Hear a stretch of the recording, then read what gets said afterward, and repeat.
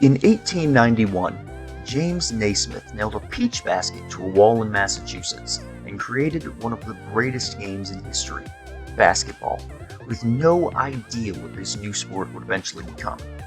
Basketball grew, and in 1949, the two existing basketball leagues of the time merged into one, creating the NBA. Over the last 70 years, basketball has had some truly great eras and players. The 60s, with the superhuman Wilt Chamberlain and the ultimate winner Bill Russell. The 80s, with the rivalry of Magic and Bird. The 90s, when Michael Jordan became, and still is for many, including myself, the greatest player in NBA history. The 2000s, when greats like Kobe Bryant, Tim Duncan, and Shaquille O'Neal won most of their titles and became legendary. And most recently, the 2010s, when three-pointers began to completely change the way the game is played, and LeBron James became a worthy rival to Michael Jordan for the title of the GOAT. Now we're entering the 2020s, after possibly the strangest year the NBA has ever seen, and I want to look back at these decades and determine which one was really the best, which era of basketball was truly the greatest in NBA history.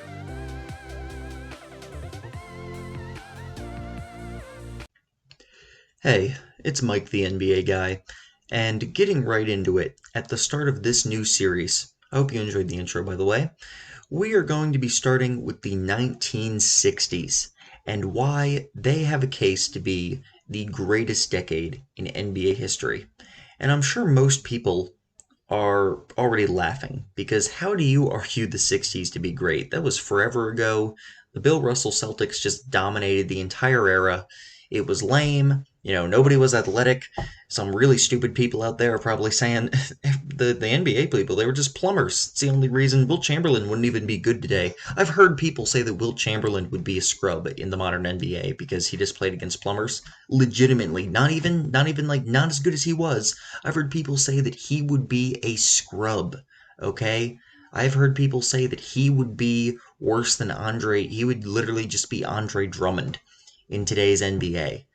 And that is the saddest thing I've ever heard, that there are NBA fans out there who do not know how ridiculous Wilt Chamberlain was. This whole video is not just going to be Wilt Chamberlain, but I'm definitely going to talk about him a lot because he was ridiculous. Okay? So first, looking at the talent of this era. There are some people who think that this era was a bunch of scrubs, and that is just factually incorrect, okay? I am sure that many of the players from the 60s would not hold up to the modern day, but the idea that they are not still some of the greatest basketball players ever is completely absurd. Let's start with Wilt Chamberlain, okay? Wilt Chamberlain may be the greatest athlete in the history of sports. No cap. Okay, he's unquestionably, in my opinion, the greatest athlete in the history of basketball. All right, it's not LeBron James, it's not Michael Jordan, it's not Zion or some crap. Okay, it is Wilt Chamberlain, without question. We are talking about a dude who could bench 500 pounds. Okay, he had the record in Pennsylvania for a long time for shot put and track and long jump. Okay, this man, I believe his sprint time for 100 meters was something like 4.4 seconds, which is the same as LeBron James. He broke a dude's toe, blocking a shot so hard that the basketball hit his foot. He pulled a dude's arm out of socket, blocking the basketball so hard. Okay, the man's hand was on it, and the dude whose arm he pulled out of socket wasn't just some normal dude. It was a dude who is generally considered the LeBron James of the time. Look it up.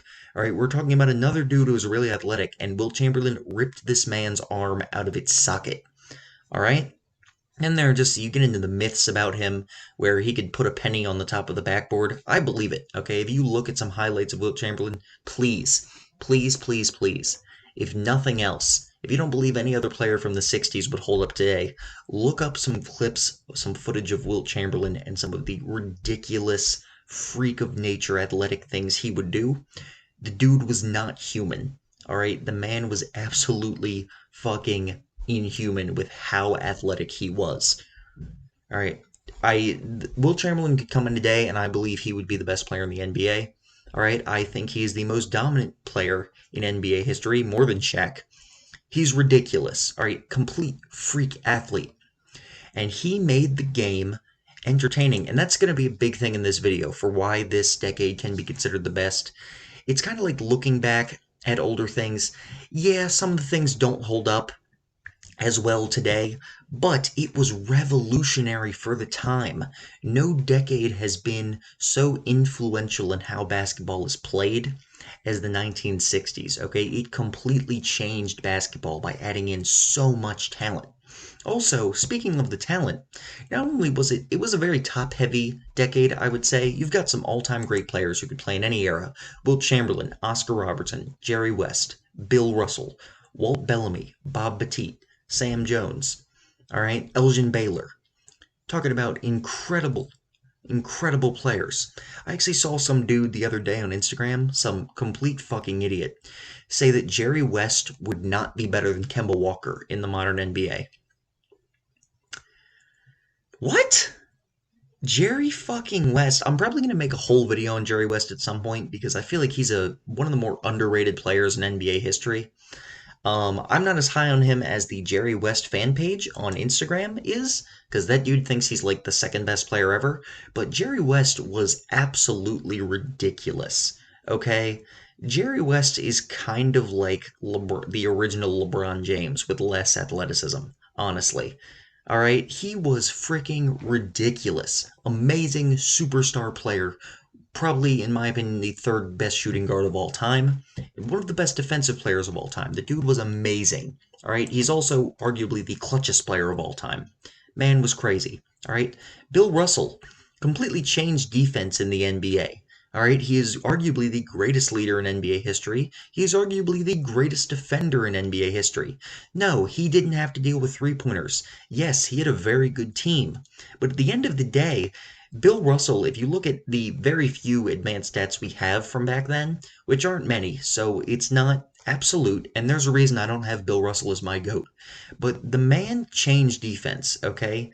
He has the most defensive win shares ever, I'm pretty sure, by like a long shot. He probably would average something like 5 to 6 blocks a game if he played in the modern NBA. Same with Wilt Chamberlain. He's an underrated passer, one of the greatest passing centers and most unselfish players in NBA history, because we've seen there are times when Bill Russell would go off on offense and he just didn't bother because he was the anti-Wilt Chamberlain. He did not care about his own stats. He only cared about winning. And that's why the dude won 11 titles in 13 years. Okay, amazing passer. He's actually the one who popularized the idea of jumping to block shots. That's how old we're talking about. Before Bill Russell, people didn't usually jump to block shots. All right, he's the one who popularized that. His team was ridiculous. It was stacked. But if you look at how stacked teams were back then, um, you can't say that Bill Russell had a really stacked team and at the same time say that there was like no talent in the era. Like, it doesn't work like that. And also, speaking of no talent, there may have been less talent, but there were also less teams. So think about if all the best players in the NBA were all crammed into like 8 to 12 teams. Okay, that's the 60s. There weren't 30 teams to spread out the talent. It was all the best players in the world played on like 10 teams. That was it.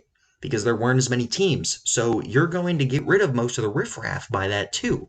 So you got to remember that. Even if there was less talent overall, it wasn't that significant because there's significantly less players. They're only taking the best of the best.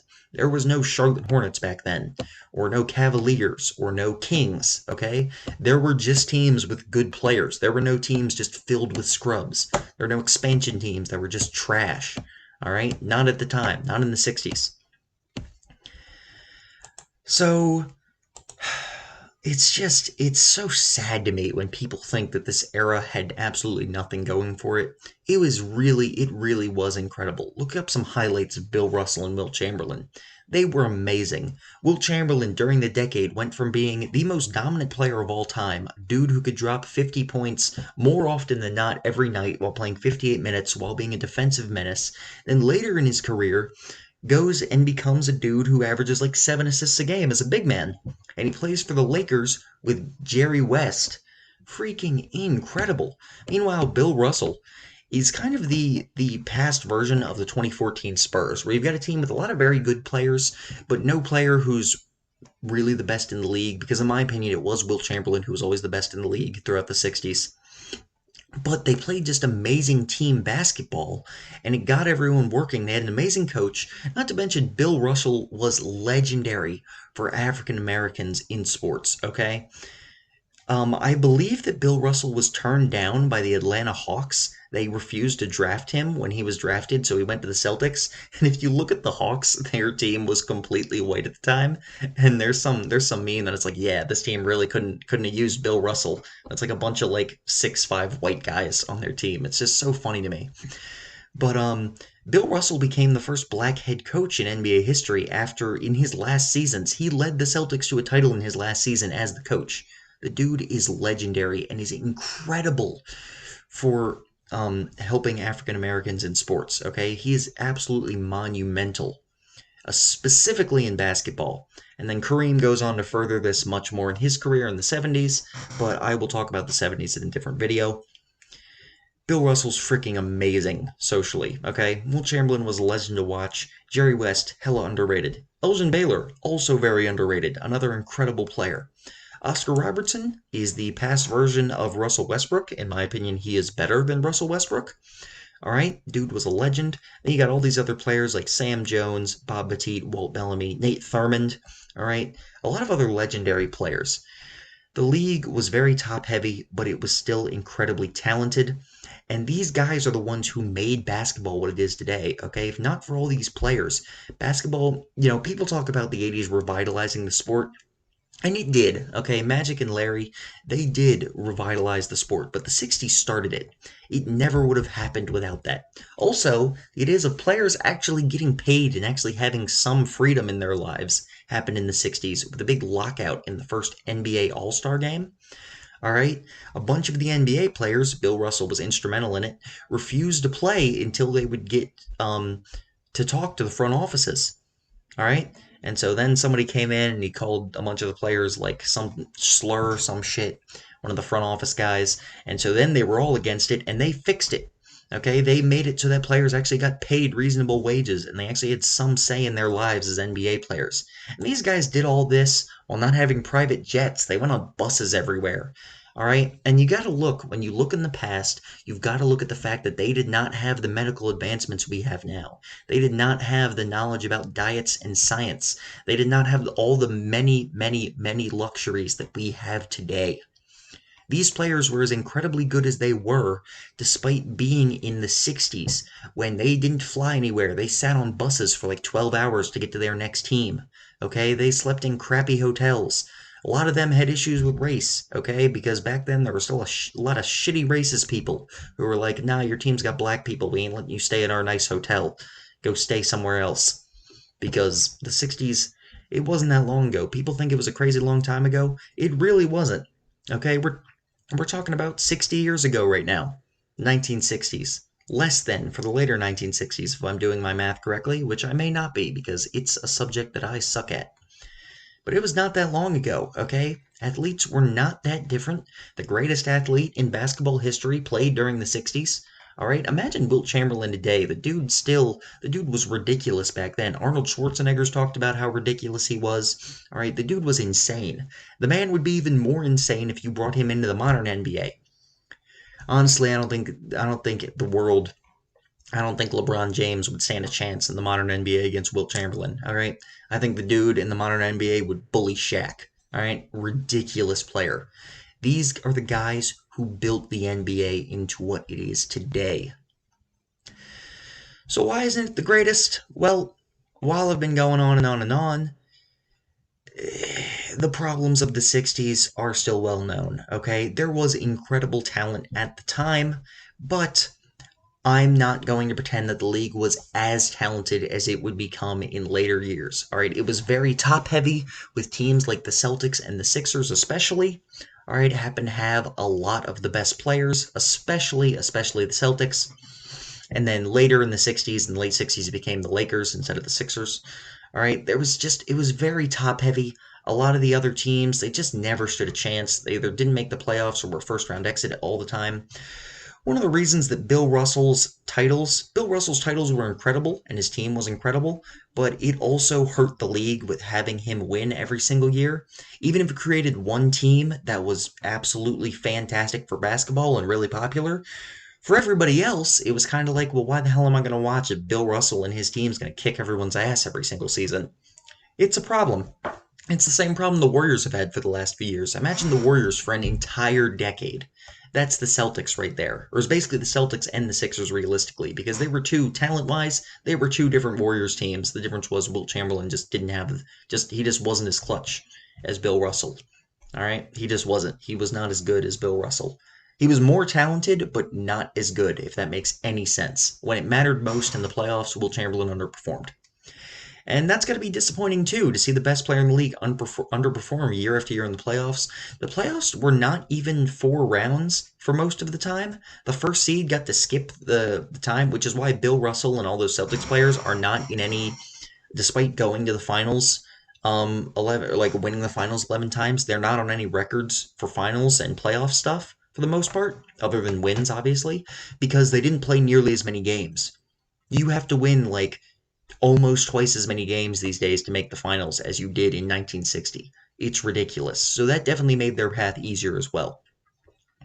So it's just a lot of little things, and it's hard to judge the 60s too harshly, and I try not to. Because, again, it was so far back. I compare it to, I don't know if I've said this already, Nocturne Toten, the map, the Zombies map. If anyone else plays Call of Duty Zombies, alright, it's like Nocturne Toten. It's the first Zombies map. It's revolutionary. But if you look at it back from now, from all we know now, it's a little boring in hindsight. So, really, in the 60s, it comes down to it's a little boring, and they just didn't have the advances we have today. There was no three-point line to extend the perimeter. Everyone kind of played in the paint. There were a few teams who just dominated everyone else. And while it was incredibly talented, it was not as talented as the league has become today. All right? So, because of these reasons, I do not believe the 60s is the greatest decade in NBA history, but it was still pretty damn good. And if you think that it was just a decade of trash players and no competition and just a bunch of players who wouldn't make it today, you really just please, you need to educate yourself, okay? Because you do not understand what you're saying. You are just very, very ignorant is the best word I would use to describe most people today who don't know about the 60s and how good they were. Just look it up. Take 5 minutes. Like I said, look up Wilt Chamberlain. Dude was a fucking beast. Okay? Look up Wilt Chamberlain and then come back and honestly tell me that that man would not still be fucking incredible in the modern NBA. Because he absolutely would. Alright? And so would most of the other superstars of the 60s. Jerry West, Bill Russell, Elgin Baylor, these are guys who would still be absolutely incredible today. Alright, so that is my video. That is the first video in this series, alright, on the different decades in NBA history. If you enjoyed this, please like the video. If you've hung around this long, alright, I really appreciate that. I will be making these videos, probably not every single one in a row. I'll space them out a little bit over the next week or two. But definitely look for more videos in this. The next one will be on the 70s or the 80s. And thank you again. Thank you all of you for watching. Alright, if you could subscribe, I'd really appreciate it. And check out some of my other videos on my channel. Thank you so much.